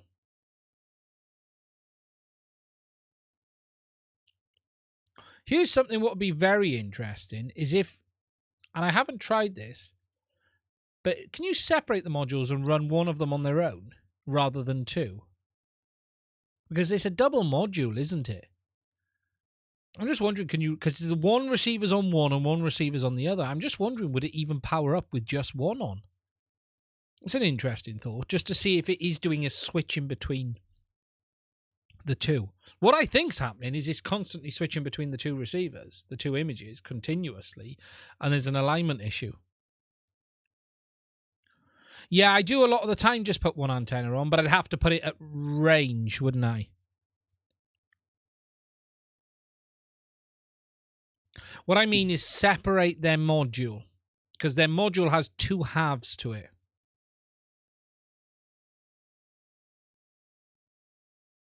Because the module has the two receivers on the module. There's like pins you can pull apart. But we're going to see, you know, put a terminator, attenuator. Yeah, oh, yeah, I got a dead null. I got a null here. Put a terminator on it. Yeah. Would you go open or 50 ohm? I got a 50 ohm.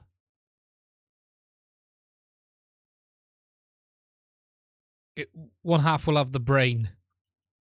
As long as that half works, I don't care. Cut it in half. I could put a 50 ohm terminator on it, Bruce. That's a good point. That'll definitely kill one receiver, won't it?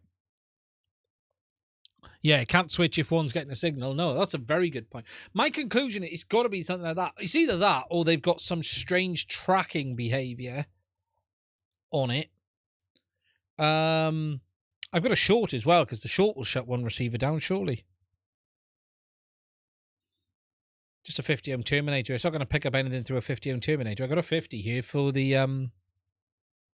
That's a good idea. That will be interesting.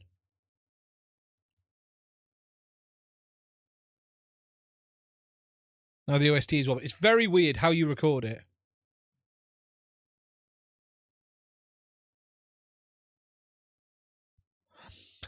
You can set it to diversity or the mix modes. Yeah, there's something off with it, isn't there? There's something appears to be off. I've been told the other modules don't do it on the goggles. It's distracting enough that you just see like a shimmer on the image.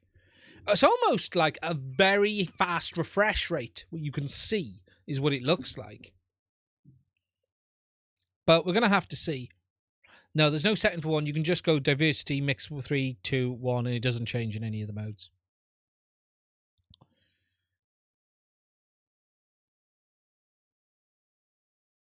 Is my inbox big enough?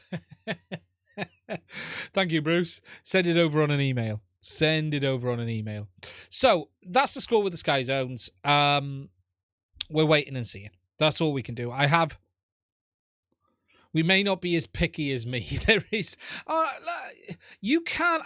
the problem is on the stream, you guys can't see it because it's changing the frame rate down. It's an interesting point. Try the other module bay. Yeah, it's an interesting one. I saw it the day I turned it on, but I was like, that's weird. What's this all about?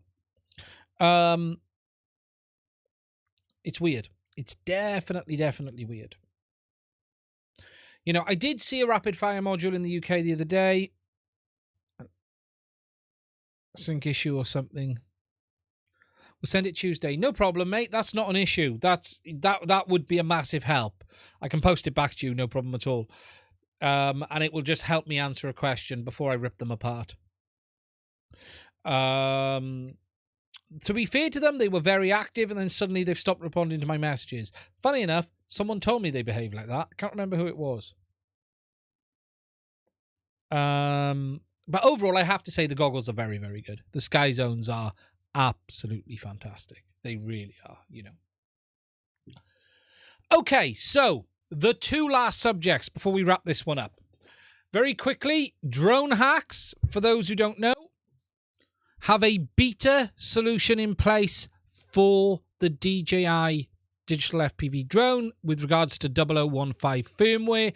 It is in beta. There's nothing on the website yet, but there is a solution in place to both activate and be able to apply hacks to the DJI FPV drone. They've been working on it. They've not put it on the website, but my understanding is it is out there. Someone has posted some instructions on it on one of my videos. So if I go to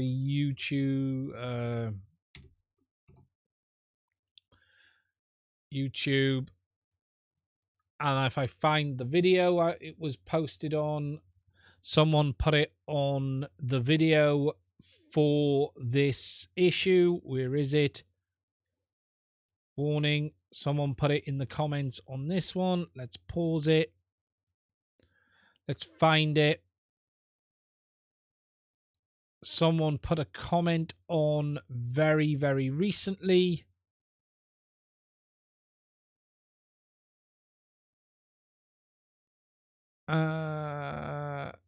Someone's put it on one of my videos, actually. I'll need to find it, and I need to pin it. But there is a workaround in place for it now. I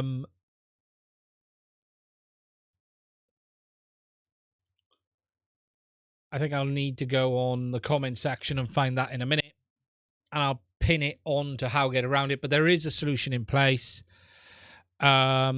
If people want it for the FPV drone, there'll probably be a proposition. I think they're keeping it a bit under the doors at the moment. It's not a complete lockout for everyone. It's got to be here. Let me just... I've probably got to go to Studio. Bruce, is Studio working for you again now? I can now click on YouTube Studio. It's great now, isn't it? Rob Muller added it on, but there's someone put a very long post on one of my videos. Where is it? Where is it? Where is it? It's got to be here somewhere.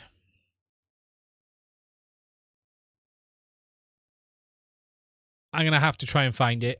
What I'll do is I'll post it and put it possibly on the community page.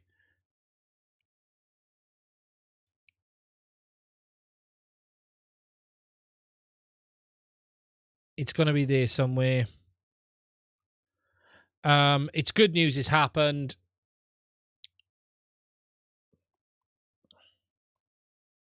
Yeah, I can't see it, but I'm going to have to find it, and I'll post it on the community page, but there is a workaround. Okay, now, the last subject I'm going to talk about is the chip shortage, because I'm going to be honest, this ties into the DJI one a little bit, and I'm going to eat this bit of chocolate first and give the rest of you a chance to hit the like button. See what I did there? And that segues to today's sponsor, Ferrero Rocher. Thanks, Ferrero.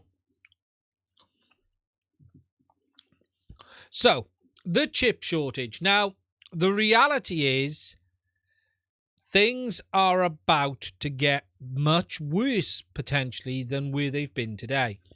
There has been a huge amount going on in the world that you may or may not be aware of. Okay, what we are aware of is the unfolding situation in China with regards to COVID, the lockdowns, Shanghai, but not just Shanghai, Shenzhen and those places have been under heavy lockdown. That is having an effect on product production. However, there are much bigger issues at play here that people don't fully understand. You can take the Eastern problem, the special exercise. Oh, let me just deal with something a minute. I'm getting a lot of this recently.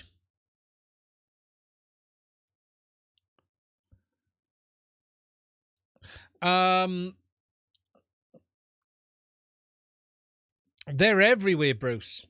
Everywhere. I'm getting them on all videos and everything at the moment. So, yeah, we've got the Shenzhen thing, and we have the China thing, and what's going on over in the East. But on top of that, there are a lot more problems in the world with regards to foundries.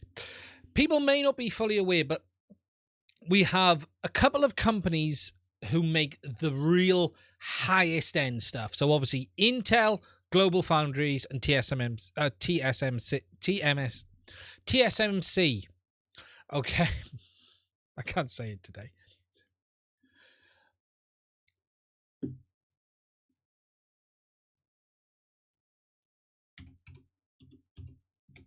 I can never say it properly. TSMC.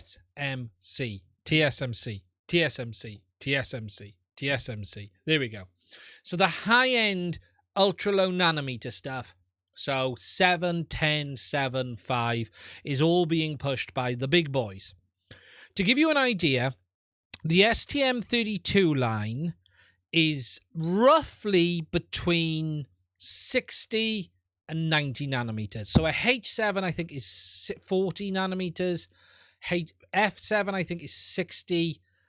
And F7s are either 90, something like that. So very, very high. If you imagine, so our best processors, the H7s, are like 40 nanometers compared to the Intel CPUs that are at 7 or 8 or 9 or 10.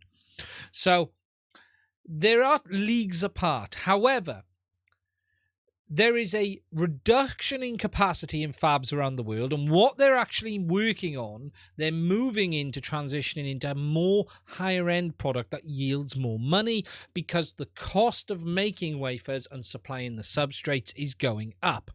So they have a choice when they're making chipsets. They can either make cheap, low-cost STM32s that they can do very quickly, or they can make higher expensive chipsets that take longer but yield higher volumes in warrant money and higher returns on the investment. And what there seems to be happening is there is a shift of many foundries to be moving over to transitioning into making the higher cost than the lower cost because it's just better business sense.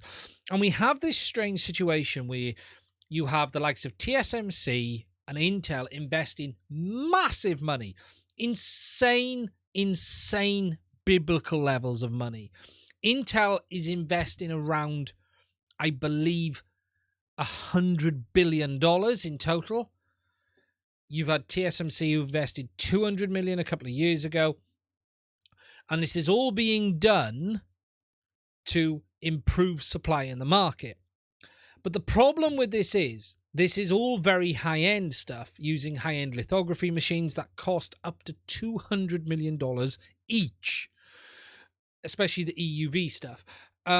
So there's a bit of a transition.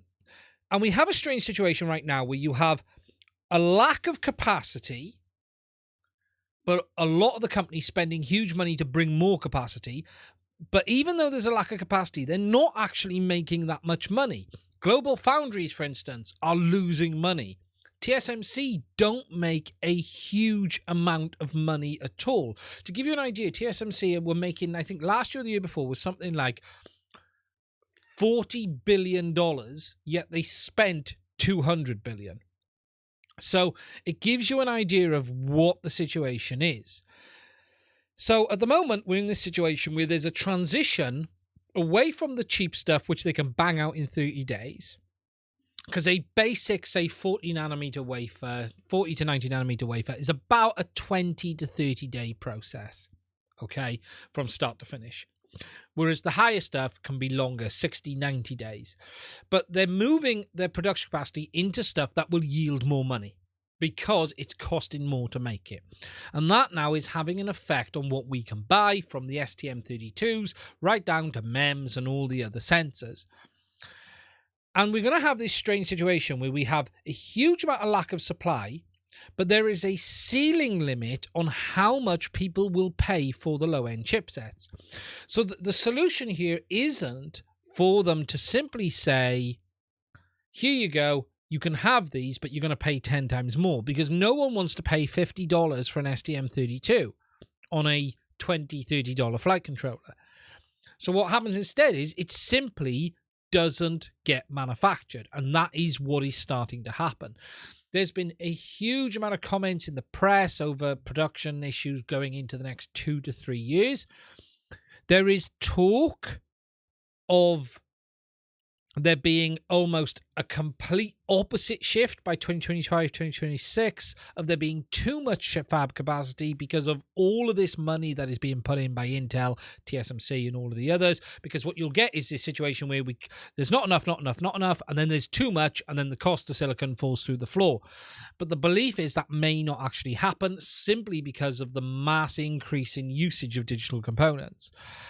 Now, when you look at what TSMC and Intel are doing, it really isn't based on what we use, but it has an effect on the industry, especially with these high-end lithography machines. I've been doing a lot of reading on the Ultra UV and all of that stuff, down to 13 nanometer wavelength on the UV, and there's a huge amount in it. And the cost increase of making chipsets now has increased so much, it's insane. To give you an idea, there is basically one company in the world that makes the machines to make these chipsets, and they cost $200 million a machine, and they can only produce somewhere between 30 and 50 of them a year. And Intel have bought something like 50 upwards of them. And those machines can take 2 years to actually get up and running and working properly. So this is the problem. There is so many issues in the industry, it's massive. And there's a lot of talk of there being another major drought in chipsets, especially for the lower end stuff. And that is the problem. And we're all going to face it. And it's going to hit FPV. It's going to hit consumer electronics. It's going to hit everything. And there's even talk of it moving more this time into the analog digital devices, because AD type devices, and I don't mean AD as a company, I mean AD, analog devices, as a device, say a MEMS, which is, a combined device.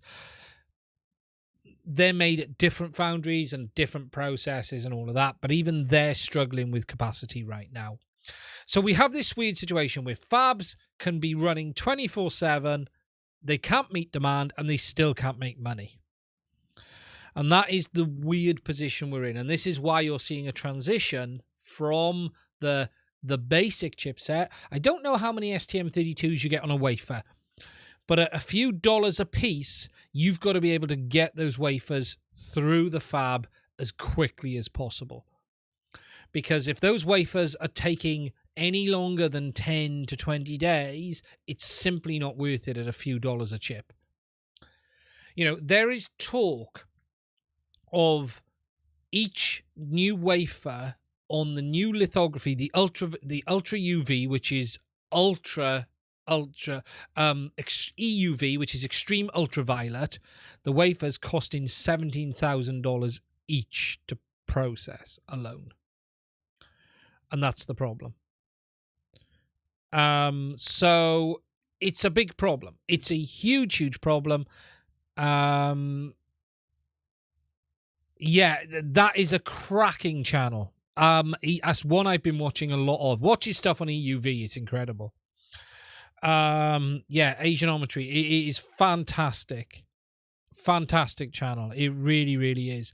And if you want to know more about the lithography machines and everything, he's got some fantastic content on it.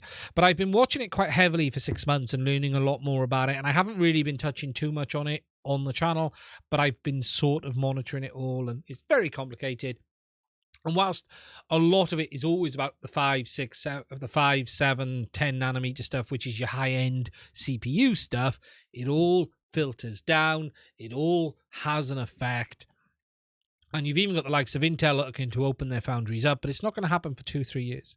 And this is the problem. So we're going to face some major issue. And the big one right now is they're moving the fab capacity to where is the most money. Because if they can't make money in this situation, they have a real problem. And that's the issue. You know, TSMC makes money, but they have some very interesting deals with Apple. Take Global Foundries, for instance. They're still struggling. They're still massively struggling. So don't be surprised if you're having trouble. You know, we already know the MPU 6000 is unavailable. We're going to see the likes possibly of the STM32. Some of them get hard to get. I would say if you need something and it's in stock, buy it. Just buy it now. Thinking of fixing 300mm waffle. I would be, I wouldn't be waiting. And that stands for DJI as well. If you need anything, don't overbuy, but buy what you need to protect yourself moving forward, is what my advice to you would be right now. Simply because of the situation we find ourselves in around the world. It's not good right now, and it's not getting better. It's not getting better. If you're interested in seeing some insanely high-end physics, is check out the extreme ultraviolet lithography stuff and how they've even developed that to give you the idea of how they're getting the 13 micrometer? I can't remember what the term is off the top of my head. Wavelength light. They are literally firing lasers at minuscule balls of tin that they are dropping at an insane rate. And not only that, they don't hit it with one laser, they hit it with two lasers. They use one laser to flatten the ball into a disc, and they use the second laser to vaporize it and create the UV light. It is incredible, some of the stuff that's going on. 50,000, that was it. It was 50,000. It is insane, the amount of they're doing. But yet they literally hit it with one laser to shape it and the other laser to vaporize it. Oh, to go. You've watched the same stuff as me, AutoGeek FPV. It's highly impressive, isn't it? And Carl Zeiss is a bigger company than you would ever imagine.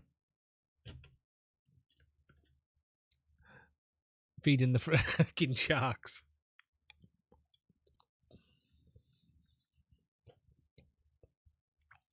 My credit card can't take any more stockpiling. It's very cool. It's very cool.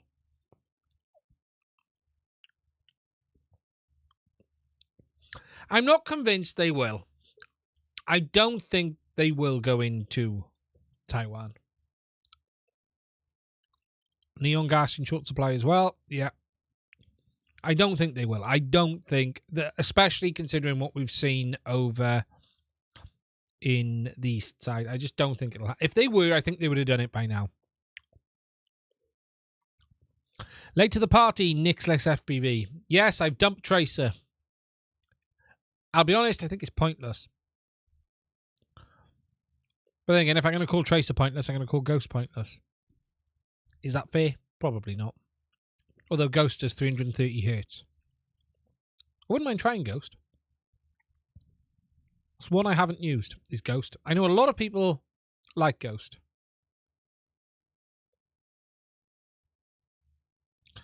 Yeah, that's what I would say, Test Pilot Ian. I think they've probably gone, ooh, yeah, we'll keep the status quo. Yeah, I don't think anyone thought there'd be the backlash that there's been.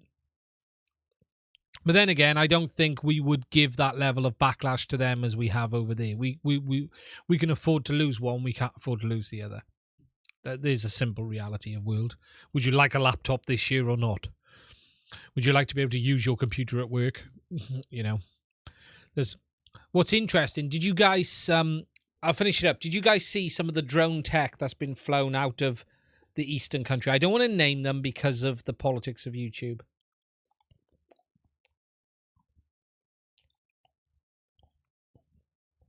Have you seen some of the drone tech that's been coming out of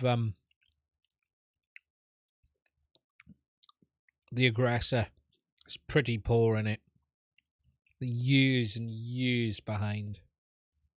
Donkey's years behind. Hand-built Model RC aircraft. Basic servos. It's like, you know, it's certainly nothing to... Okay, does it do the job? A lot of people like Ghost. Ghost is a radio system a lot of people like.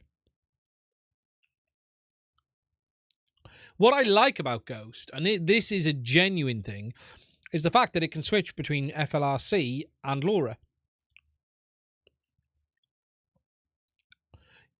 I think they buy ours, though, Bruce, don't they?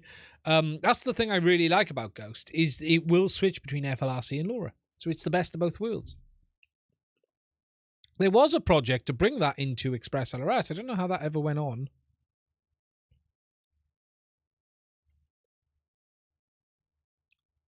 I wasn't sure if they were using 35 megs radios. That would have made me laugh.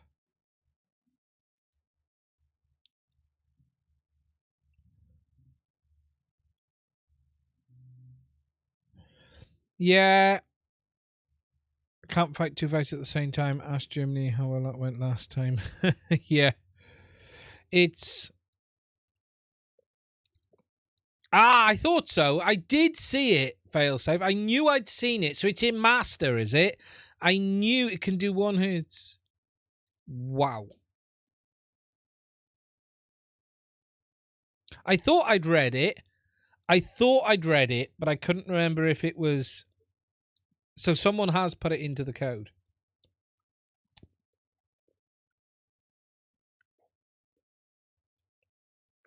Just catching up on the chat.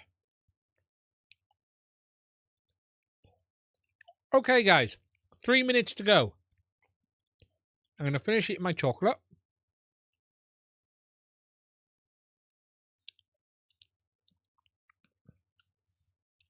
Now, oh, get that down. Unprofessional as I am. I'd like to thank you all who've been here tonight for spending fun time with me. We had a lot of people tonight. 107 of you still. You amazing, fantastic people. And we hit the 100 likes. Thank you, guys. That's amazing. That really, really is. I want to say a massive thank you to everyone who's been joining on the live streams, because the live streams have been building and we're up to 100 people now. And look, we're nowhere near JB's level, but we are getting sizable. I'm not going to say we're the second biggest, but we're doing well on live stream numbers. I really am pleased with how it's going. JB, it's 500-600 people. That is what it is. However, I have been having a look around at some other live streams, and I'm thinking we're sort of maybe top 3 on the numbers that I've seen, unless I'm missing someone. So I just want to say a massive thank you to everyone who joins us on the live streams. It is fantastic to have you all here. It's really, it really means a lot to me. Now, the live streams are for you guys. They're not for me. I could be building stuff on the bench. They're allowing us to have a chat and a talk. And whilst it's a lot of talking from me, I do appreciate the feedback you guys give, because without you, the live stream wouldn't work. And I just want to say a massive thank you to you all. A massive thank you to every Patreon, everyone who supports the channel via Patreon. Without your support, we wouldn't be able to do it. I want to say a massive, massive thanks from me on that, as well as the guys who do buy me a coffee as well. There is links to it in the description. So what I did there was turn a thank you into a shill. We don't have a sponsor on the channel, so I'm not going to thank my sponsor. But we will thank Bruce at RC Model Reviews and XJet for being a continuing massive supporter of this channel. Without Bruce, I don't think it would be anywhere near where it is today. And Bruce isn't the only one. There's been some fantastic people. But I do want to say a massive thank you to Bruce as well. I also want to say it before he dies, so at least he'll hear it. But yeah, we wouldn't be able to be where we would be without Bruce as well. So it's all down to the chair. But no, I just want to say, thank you on that. As always, it's been a fantastic evening. I'm going to bid you all farewell. We will be back same time, same place next week. More live streams. Bruce needs to do more live streams. Hey, Mad, before you go, could you recommend any other FPV stores in the UK other than Hobby RC? Right, I use Hobby RC predominantly pseudo, but then I do jump between Unmanned Aerial Tech out of stock, Your FPV, and what's the other one? Flying Tech. Flying Tech is another good one. So Flying Tech, Your FPV, Unmanned Aerial at a stock tech shop, and 3DXR Ben. But Ben doesn't do a lot of FPV. Ben's the bigger stuff. If you want bigger stuff, Drone Authority as well.